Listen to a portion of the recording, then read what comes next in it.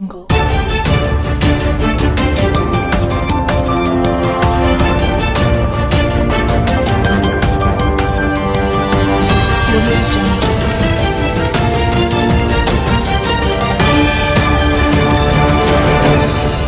નમસ્કાર મિત્રો, હવામાન ગુજરાત યુટ્યુબ ચેનલમાં આપ સૌ મિત્રોનું સ્વાગત છે। આજે તારીખ 5 ઓગસ્ટ 2023 આજના અત્યારના સાંજના મહત્વના હવામાન સમાચાર જાણીશું, જેમાં ગુજરાતમાં હજુ પણ કેટલાક વિસ્તારો એવા છે જેમાં વરસાદની આગાહી કરવામાં આવી છે। કાળા ડિબાંગ વાદળો વચ્ચે છૂટા છવાયા ભાગોમાં ભારે વરસાદની શક્યતા રહેલી છે, તેમજ કેટલાક વિસ્તારોમાં ભારે પવન ફૂંકાઈ શકે તો માછીમારોને પણ એલર્ટ કરાયા છે।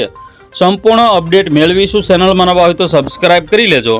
સૌથી પહેલા મિત્રો અત્યારના સમયની અપડેટ જોઈએ તો અત્યારે ખાસ કરીને કચ્છના પણ કેટલાક વિસ્તારો છે, નલિયા આજુબાજુના તેમજ માંડવી આજુબાજુના જે વિસ્તારો છે તેમાં પણ હળવા વરસાદની સંભાવના છે।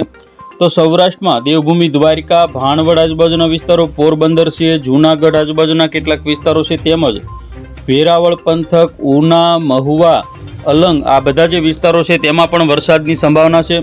તો ખાસ કરીને તુલસીશ્યામ, વિસાવદર, ધારી સુધીના જે વિસ્તારો છે, કેશોદ આજુબાજુના વિસ્તારો તેમજ ગારિયાધાર આજુબાજુના વિસ્તારો, પાલીતાણા પંથકમાં પણ હળવા ઝાપટાની સંભાવના છે। તો દક્ષિણ ગુજરાતની વાત કરીએ તો ભરૂચ, કોસંબા, વંકલ, ડેડિયાપાડા, ઉંબરપાડા આજુબાજુના જે વિસ્તારો છે તેમજ સુરત, બારડોલી, તાપી, નવસારી, વાંસદા આજુબાજુના વિસ્તારો તેમજ બીલીમોરા, વલસાડ, ભવનાથ, અંબોશી, સાપુતારા, સતાણા તેમજ વાપી આજુબાજુના જે વિસ્તારો છે, ખાડોલી છે, કપરાડા છે, આ બધા વિસ્તારોમાં પણ ભારે વરસાદની શક્યતા રહેલી છે।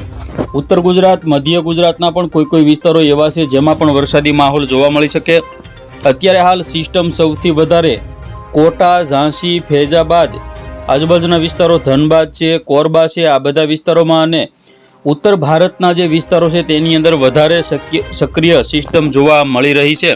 અલ નીનોની જે અસર છે તે ઘણા બધા રાજ્યોમાં થઈ રહી છે, જેના કારણે ચોમાસાનો જે હવે સમયગાળો છે એ થોડો નબળો સાબિત થઈ શકે છે। આવતીકાલની અપડેટ જોઈએ તો આવતીકાલે સવારના સમયે પણ સૌરાષ્ટ્રના જે દરિયા કિનારાના વિસ્તારો છે, પોરબંદર, જૂનાગઢ, ગીર સોમનાથ તેમજ સુરત, વલસાડ, નવસારી, ડાંગ, તાપી આજુબાજુના જે વિસ્તારો છે, ઉત્તર ગુજરાતના વિસ્તારોની જો વાત કરીએ તો સુઈગામ છે, પાલનપુર છે, મહેસાણા, ડુંગરપુર આજુબાજુના વિસ્તારો તેમજ દાહોદ પંથક, આણંદ આ બધા વિસ્તારોની અંદર વરસાદની સંભાવના આવતીકાલે સવારે પણ રહેલી છે। આવતીકાલે બપોરની વાત કરીએ તો બપોરના સમયે ખાસ કરીને સૌરાષ્ટ્ર, કચ્છના જે દરિયા કિનારાના જે વિસ્તારો છે, નલિયા, માંડવી, ગાંધીધામ, દ્વારકા, પોરબંદર, જૂનાગઢ, ગીર સોમનાથ, સુરત, વલસાડ, નવસારી, ડાંગ, તાપી આ જે વિસ્તારો છે તેમાં હળવા મધ્યમ છૂટા છવાયા ઝાપટા જોવા મળી શકે। તો દક્ષિણ ગુજરાત સિવાય ઉત્તર ગુજરાત, મધ્ય ગુજરાતના કોઈ વિસ્તારોમાં પણ વરસાદની શક્યતા રહેલી છે। 7 તારીખની અપડેટ જોઈએ તો 7 તારીખમાં પણ કચ્છના દરિયા કિનારાના વિસ્તારો, સૌરાષ્ટ્રના દરિયા કિનારાના વિસ્તારો અને દક્ષિણ ગુજરાતમાં હળવાથી મધ્યમ વરસાદની શક્યતા રહેલી છે। હવે જોઈએ પવનની ઝડપ તો કચ્છની અંદર 49 કિલોમીટર પ્રતિ કલાક, સૌરાષ્ટ્રમાં 45, દક્ષિણ ગુજરાતમાં 49 કિલોમીટર પ્રતિ કલાકની ઝડપે પવનો ફૂંકાઈ શકે। આવતીકાલે 6 તારીખની વાત કરીએ તો કચ્છની અંદર સૌથી વધારે 58 થી 60 કિલોમીટર પ્રતિ કલાકની ઝડપે પવનો ફૂંકાઈ શકે। સૌરાષ્ટ્રમાં ખાસ કરીને દેવભૂમિ, દ્વારકા, જામનગર આજુબાજુ 55, જૂનાગઢ, ગીર સોમનાથ, અમરેલી આજુબાજુ 53, દક્ષિણ ગુજરાતમાં 55 અને મધ્ય ગુજરાત, ઉત્તર ગુજરાતમાં 48 થી 50ની પવનની ઝડપ જોવા મળશે। હવે વાત કરીએ 7 તારીખમાં તો 7 તારીખની અંદર ખાસ કરીને કચ્છના જે વિસ્તારો છે જેમાં 65 કિલોમીટર પ્રતિ કલાકની ઝડપે પવનો ફૂંકાઈ શકે છે। સૌરાષ્ટ્રના જે વિસ્તારો છે જેમાં 56 અને દક્ષિણ ગુજરાતમાં 58 કિલોમીટર પ્રતિ કલાકની ઝડપ જોવા મળશે।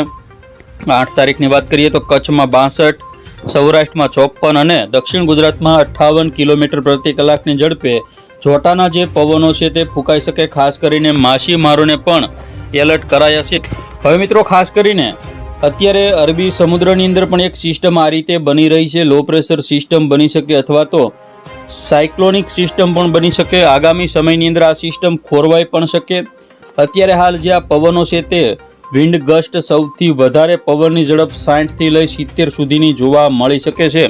તો જોઈએ હવે આપણે ખાસ કરીને કયા વિસ્તારમાં વરસાદની સંભાવના આગામી સમયમાં વધારે રહેશે। મિત્રો અત્યારે જોઈએ તો ખાસ કરીને જે કચ્છના જે વિસ્તારો છે તેમજ સૌરાષ્ટ્રના વિસ્તારો, દક્ષિણ ગુજરાત હોય, મધ્ય ગુજરાત હોય, ઉત્તર ગુજરાત હોય, તમામ જગ્યા ઉપર અત્યારે વાદળા છવાયેલા છે. આશ્લેષા નક્ષત્ર 3 તારીખથી બેસી ગયું છે. તો આશ્લેષા નક્ષત્રનો વરસાદ ખાસ કરીને ખેતી પાકો માટે નુકસાનકારક મોલોમસી જેવા જે રોગો છે તેમાં વધારો થતો જોવા મળે છે. આશ્લેષા નક્ષત્રમાં સતત કેટલાક વિસ્તારોમાં વરસાદ વરસી રહ્યો છે. ખાસ સૌરાષ્ટ્રના દરિયા કિનારાના વિસ્તારોમાં પણ ભારે વરસાદ, છૂટો છવાયો વરસાદ પડી રહ્યો છે. તો ખાસ કરીને આગામી સમયની અંદર ઓગસ્ટ મહિનામાં 25 તારીખ આજુબાજુ પણ એક સિસ્ટમ બની શકે. તો સપ્ટેમ્બરમાં પણ વરસાદી સિસ્ટમ બનશે અને ઓક્ટોબરમાં એક વાવાઝોડું બને તેવી પણ શક્યતાઓ રહેલી છે. તો જોઈએ આગામી સમયમાં કેવી સિસ્ટમ બનશે. તો બસ મિત્રો, આ હતા અત્યારના સાંજના મહત્વના હવામાન સમાચાર. જોતા રહેજો હવામાન ગુજરાત યુટ્યુબ ચેનલ.